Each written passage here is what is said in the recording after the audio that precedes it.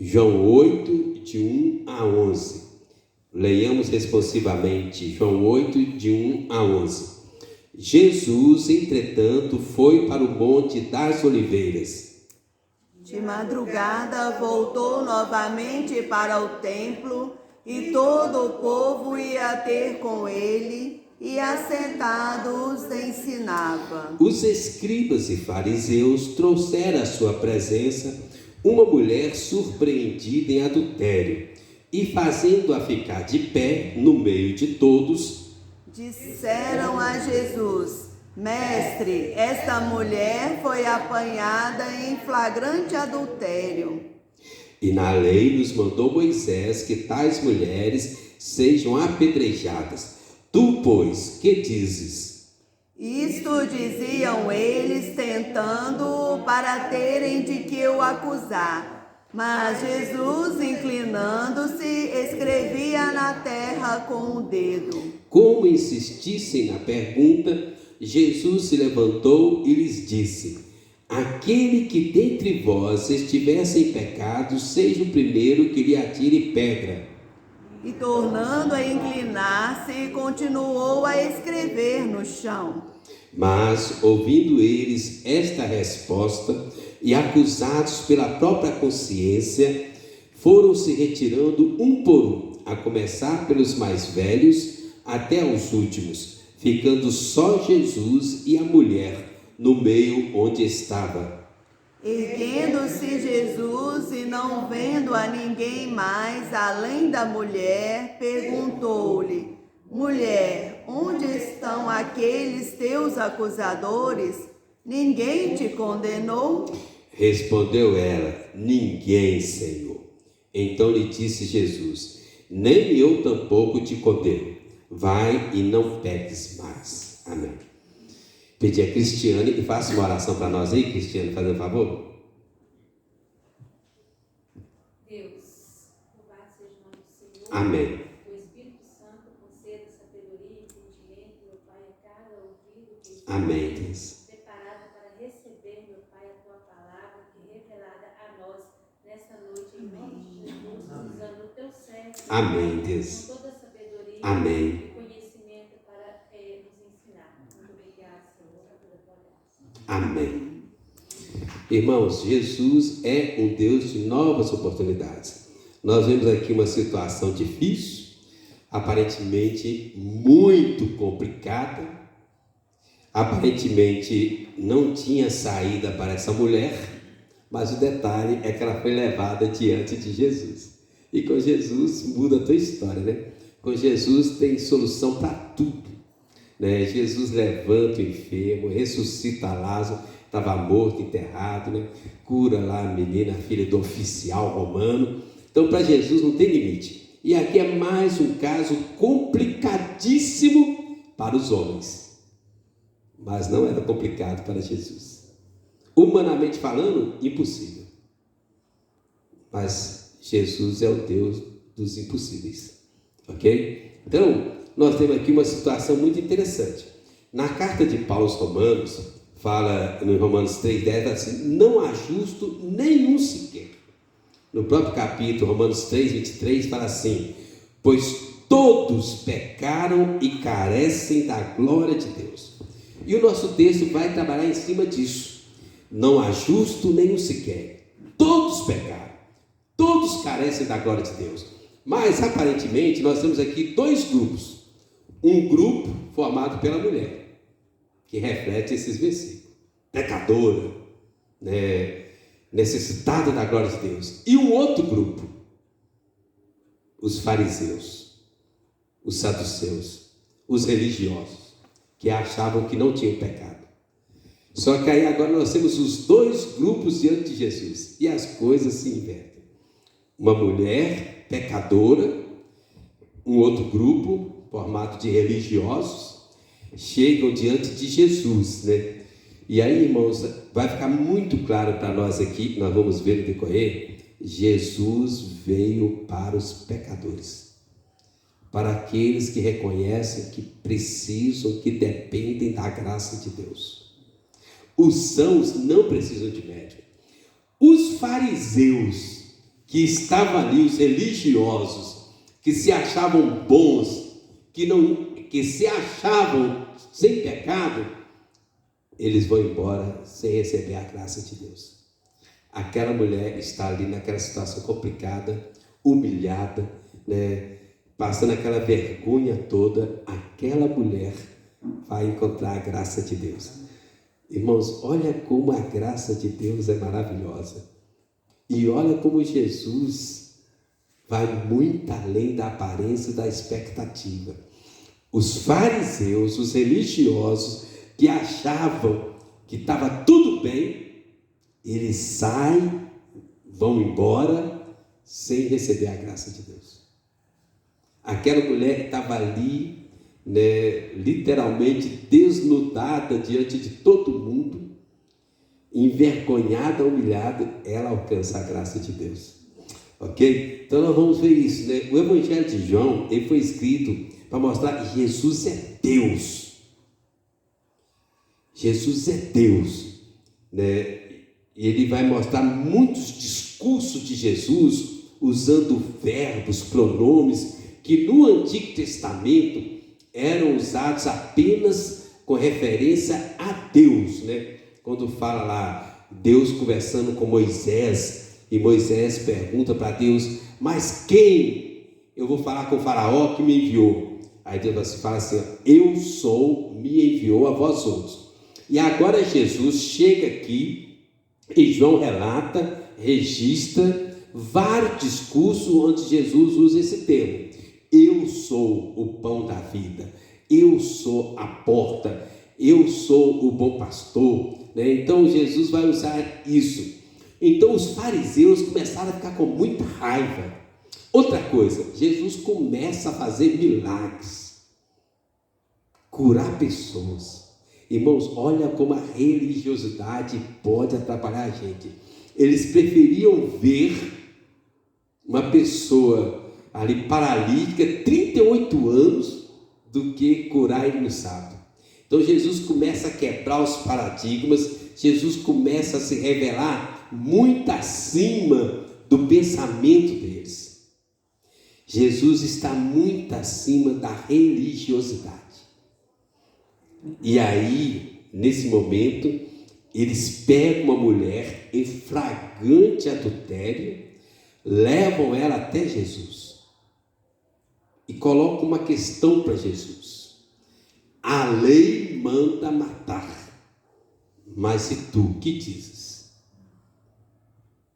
E aí Jesus vai confrontá-los com o próprio pecado deles, né? Era uma pegadinha, nós vamos ver aqui, né? Eles não estavam preocupados com a lei, eles não estavam preocupados em agradar a Deus, eles queriam desacreditar Jesus diante do povo. Mas só que, neste caso aqui, aquele ditado é verdadeiro. O feitiço virou contra o feiticeiro. Eles queriam desacreditar Jesus e eles saíram desacreditados. Então nós vamos para o texto aí, versículo por versículo, vamos tentar entender o que está acontecendo aqui. Neste texto nós vamos ver uma outra característica que é dada a Jesus como Deus: perdão de pecados. Jesus é o Deus que perdoa pecados. Irmãos, todo pecado ele tem duas características. Todo pecado ele é contra o próximo, mas todo pecado é contra Deus. E aí Jesus começa a perdoar pecados. Ora, só pode perdoar quem foi ofendido. Só para a gente tentar entender, imagina aqui então, que eu faço alguma coisa errada com o Wander. Aí o Luiz chega para mim e fala assim, não pastor, eu te perdoo. Não é uma coisa meio estranha? Mas Jesus começa a fazer isso. As pessoas pecavam e Jesus chegava e perdoava. Porque todo pecado é contra o próximo, mas o mesmo pecado contra o próximo é contra Deus. E Jesus é Deus. Então Jesus começa a perdoar e a absolver os pecados das pessoas.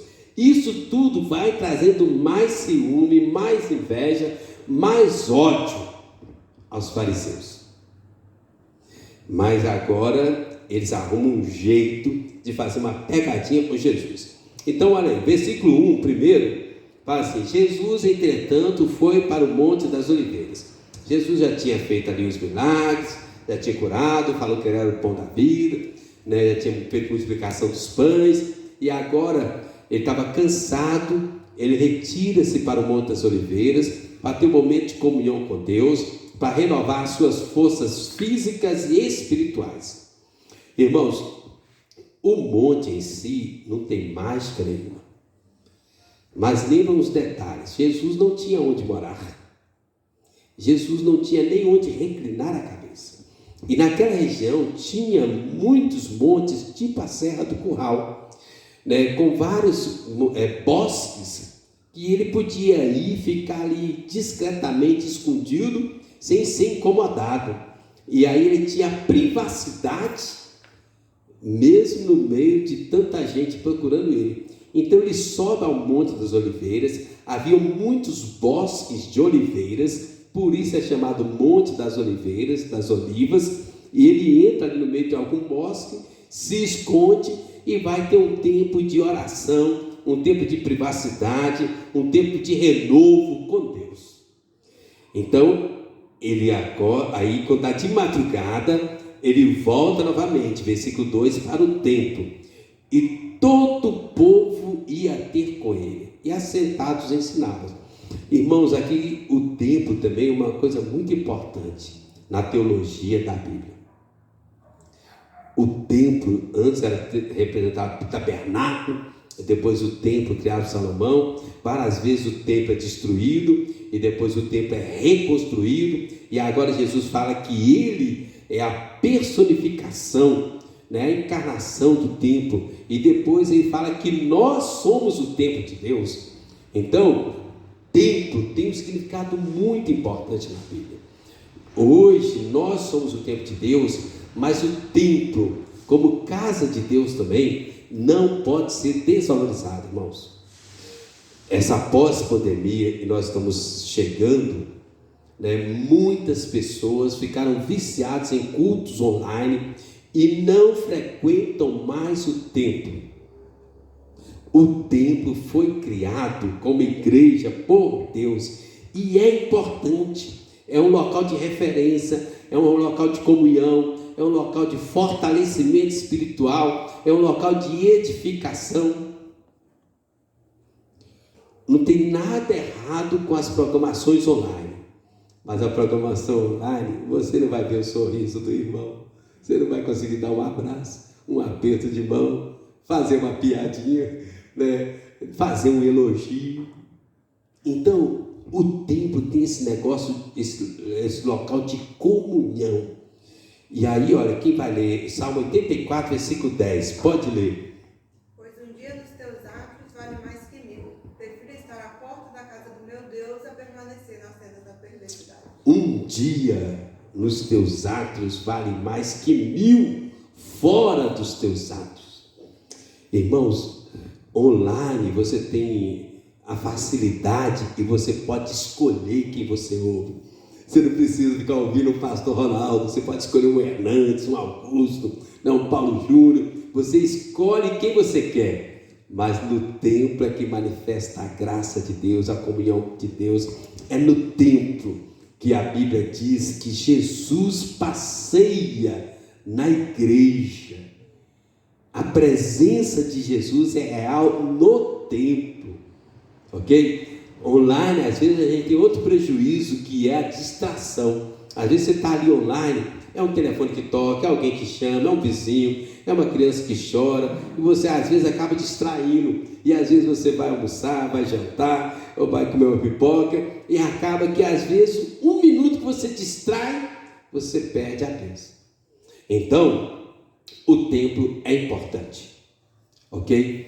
Culto online ou transmissão online tem a vantagem que você pode escolher, e às vezes pode escolher até pregadores melhores, mas é na igreja que Deus manifesta a sua abundante graça, né? É na igreja que a Bíblia diz que Jesus passeia no meio da igreja. Nós estamos aqui, mas nós não estamos sozinhos. A presença de Jesus está aqui conosco. Olha que coisa maravilhosa, ok? Né? Mas vamos caminhar mais. Versículo 3, aí tem uma coisa curiosa, irmãos. Repara o detalhe aí, irmãos, olha. os escribas e fariseus trouxeram à sua presença uma mulher surpreendida em adultério. Uma outra tradução na linguagem de hoje diz assim: pega em flagrante adultério. Qual é o problema que temos aqui, irmãos? Se ela foi pega em surpreendente, flagrante adultério, cadê a outra pessoa? Ninguém faz adultério sozinho. Ok? Aí fala assim, a lei manda matar. E mandava.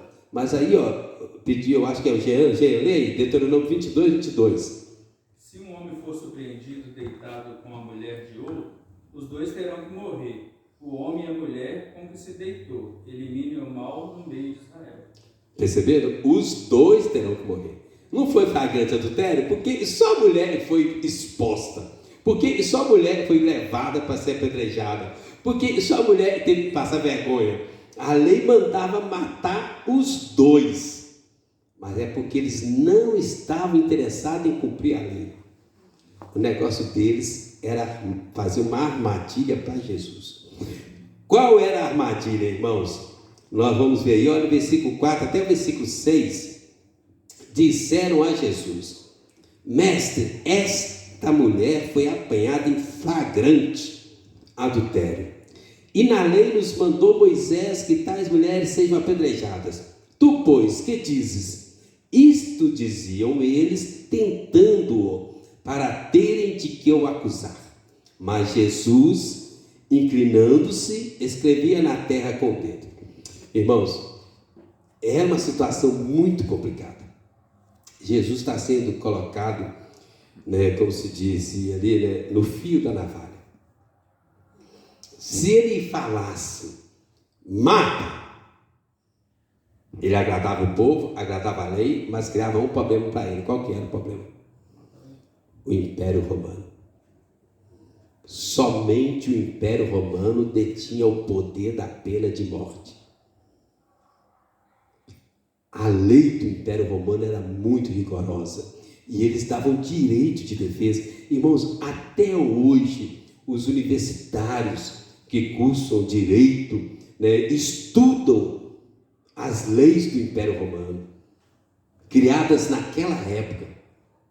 Dizem que é algo fantástico. E naquela época, o Império Romano já tinha instituído isso. Somente o imperador pode declarar pena de morte. E a pessoa tinha todo o direito de defesa. E agora imagina, Jesus chega e fala assim, mata. Isso aí diretamente contra o imperador. Seria uma afronta ao imperador. E aí o imperador podia mandar matar Jesus, porque é como se Jesus estivesse assumindo o lugar do imperador. Era uma situação muito complicada. Mas se Jesus falasse assim também, não vou matar, porque senão o imperador vai ficar ofendido, pode fazer uma retaliação contra nós.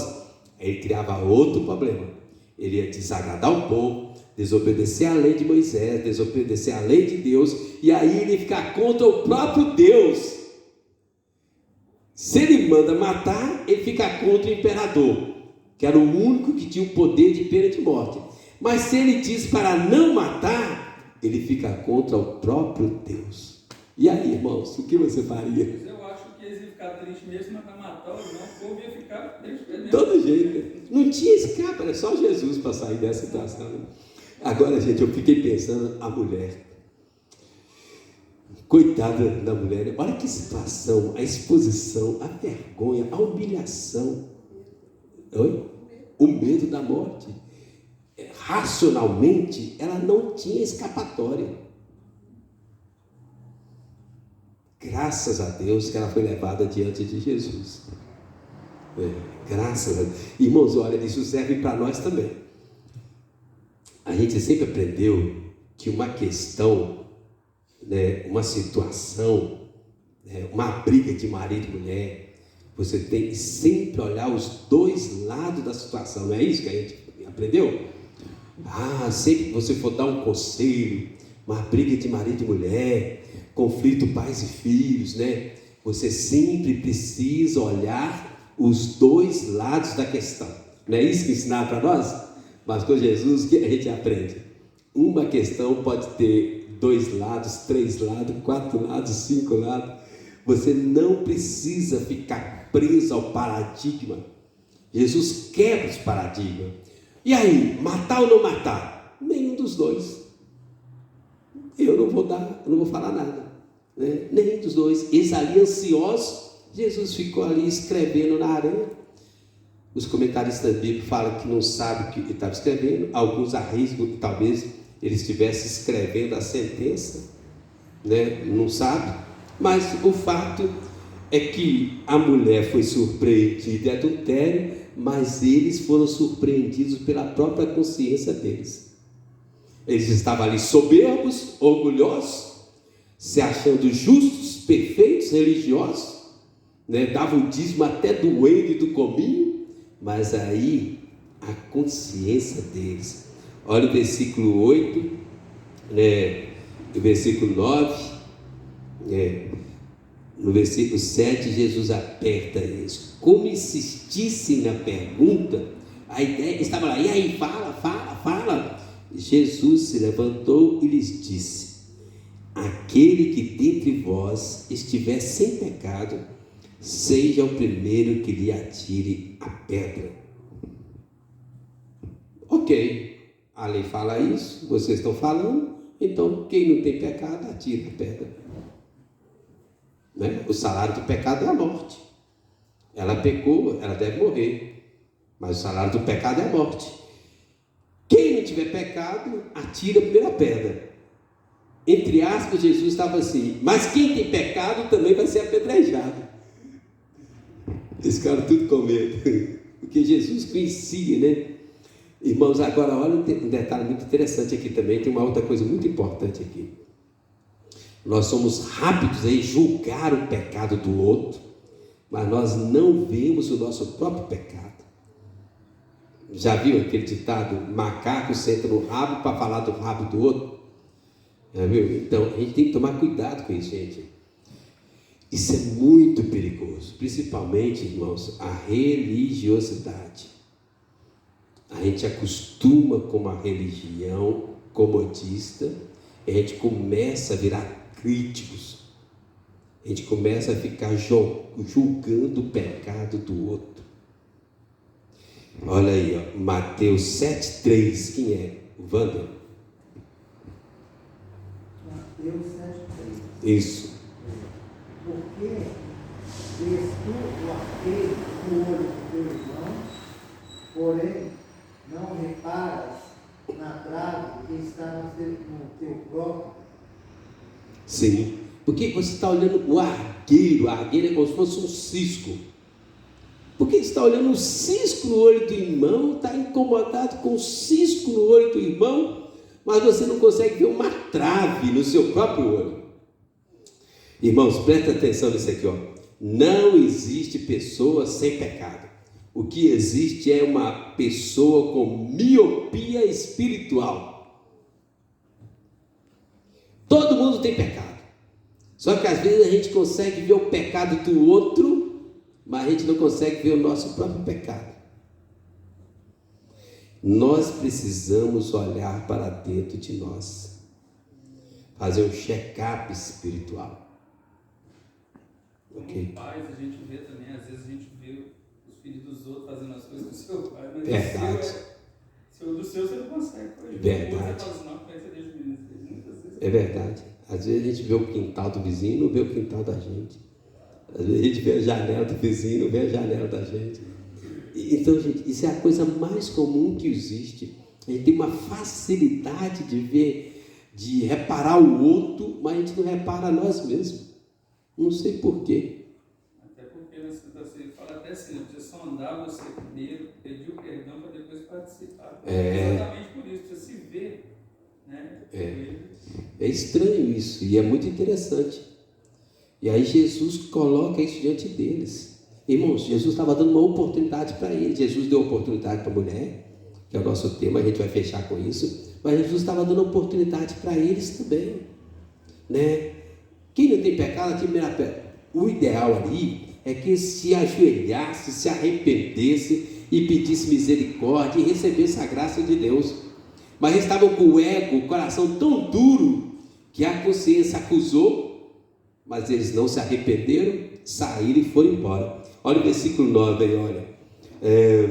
Mas, ouvindo eles esta resposta e acusados pela própria consciência, foram se retirando um por um, a começar pelos mais velhos até os últimos, ficando só Jesus e a mulher no meio onde estavam, acusados pela própria consciência. Irmãos, a nossa consciência é uma bênção de Deus, mas a gente tem que tomar cuidado para não endurecer a consciência, que às vezes a consciência vai cauterizando por causa da repetitividade dos pecados.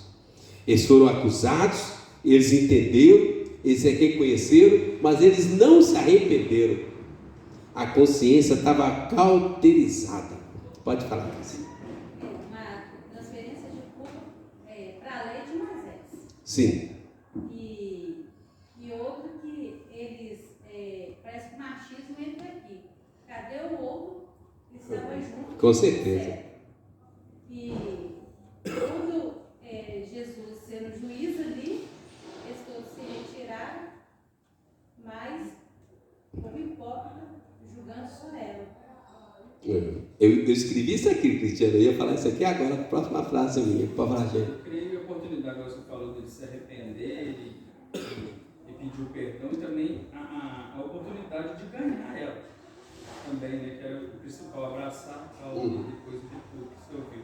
Sim. Irmãos, olha isso, transferência de culpa. A gente tem que tomar muito cuidado, gente. A gente às vezes quer justificar o nosso pecado julgando o pecado do outro, né? Pode falar, Maria. Mas eles reconheceram que eles tinham pecado, porque todo mundo sabe falar. Só não arrependeram. Não arrependeram, mas eles sabem que eles têm. A consciência acusou, mas estava cauterizada. Mas o orgulho foi tão grande. Eu ia falar isso aqui, olha. Os acusadores estavam cheios de grosseria, hipocrisia, orgulho, humilhando a mulher, mas não se humilharam a si próprio. Jesus, ao contrário, agiu com amor, doçura, compreensão e perdão, e deu nova oportunidade àquela mulher. Que a mulher estava numa encruzilhada ou encurralada, mas com Jesus é nova vida, nova oportunidade. Olha aí, João 3,17, né? João 3,17, quem abriu aí, pode ler. Deus não enviou o seu Filho ao mundo para condenar o mundo, mas para que o mundo fosse salvo por meio dele. Jesus veio para buscar e salvar o perdido. Jesus veio para resgatar os pecadores. Deus não mandou Jesus para julgar, para condenar. Jesus veio para salvar. Olha o versículo 11. Respondeu ela: ninguém, Senhor. Então lhe disse Jesus: nem eu tampouco te condeno. Vai e não peques mais. Irmão, Jesus poderia tê-la condenado? Sim. Ele é Deus, ele é sem pecado, ele não é hipócrita. Mas Jesus não condenou, irmãos. Isso é muito importante para nós. Jesus tinha todo o direito e todas as condições para julgá-la e condená-la, mas não fez. A misericórdia deve superar o juízo. Jesus é Deus perdoador. Jesus é Deus de nova vida, vida em abundância, né? Nova oportunidade, restauração, graça, vida. Jesus não veio para trazer morte. Entende? Pode falar. Deus, ele ama o pecador. Ele odeia o pecado. A intenção de Deus é que o pecador seja salvo. Se arrependa, né? Se arrependa do pecado. Que Sim. o homem, né, tem que deixar de pecar. Assim, quase utopia, né? Mas a gente tem que desviar do pecado. Eu diria o seguinte, ó, Deus está mais pronto para perdoar do que nós estamos prontos para largar os pecados. Deus está sempre de braços abertos para perdoar. Lembra do filho pródigo? Né? Ele veio, não, e agora? Vou pedir meu pai, me trata como empregado. Quando chega lá, o pai estava lá de braços abertos. Aí fala assim: assim também há júbilo diante de Deus quando o filho se arrepende. Irmãos, a justiça do homem é diferente da justiça de Deus. Muitas vezes a gente ouve igual tragédias que acontecem todo dia, dói o nosso coração, né? Entristece o nosso coração, a gente sofre junto, né, com essa semana. Mas muitas vezes a pessoa quer vingança, ela não quer justiça. A justiça de Deus é diferente. Se dependesse dos homens, aquela mulher seria condenada, apedrejada, humilhada. Mas diante de Jesus ela foi perdoada. Nova vida, nova oportunidade. Vá e não peques mais. O amor perdoador de Deus não pode ser motivo para pecar mais. Jesus está pronto a perdoar. Jesus tem misericórdia e Jesus dá nova vida e nova oportunidade. Mas nós não podemos aproveitar do amor e do perdão de Jesus para pecar. O pecado deve ser deixado e abandonado. Amém? Olha em Romanos 6, 1 e 2. Que diremos, pois? Permaneceremos no pecado para que seja a graça mais abundante? De modo nenhum. Como viveremos ainda no pecado, nós, os que para ele morremos? Ótimo, excelente. Que diremos, pois? Permaneceremos no pecado para que a graça seja mais abundante? De jeito nenhum. Como nós vamos permanecer no pecado se nós já morremos para o pecado? Jesus veio para nos salvar, nos resgatar, nos libertar do poder do pecado e da condenação do diabo. Amém? Então, algumas aplicações ou lições para a gente encerrar. Primeiro, Jesus veio para salvar pecadores. Se você não se acha um pecador, Jesus não veio para você. Mas se você se vê como pecador, então Jesus veio para você. Jesus veio para salvar pecadores. Segundo, Jesus nos convida para arrependimento e uma nova vida, uma nova oportunidade. Era uma situação difícil, complicada, ela estava uma encruzilhada, encurralada, mas Jesus abre as portas de uma nova oportunidade para ela. Né? Terceiro, Jesus reprova o pecado, mas ele concede graça aos pecadores arrependidos para viver uma nova vida em Cristo. Né? E por último, Jesus restaura a dignidade daquela mulher. Jesus restaura a dignidade daqueles que se arrependem e o buscam. Irmãos, olha que interessante, irmãos. Aquela mulher, ela chega ali humilhada, envergonhada, exposta, né, desnudada diante de Jesus. Aí os orgulhosos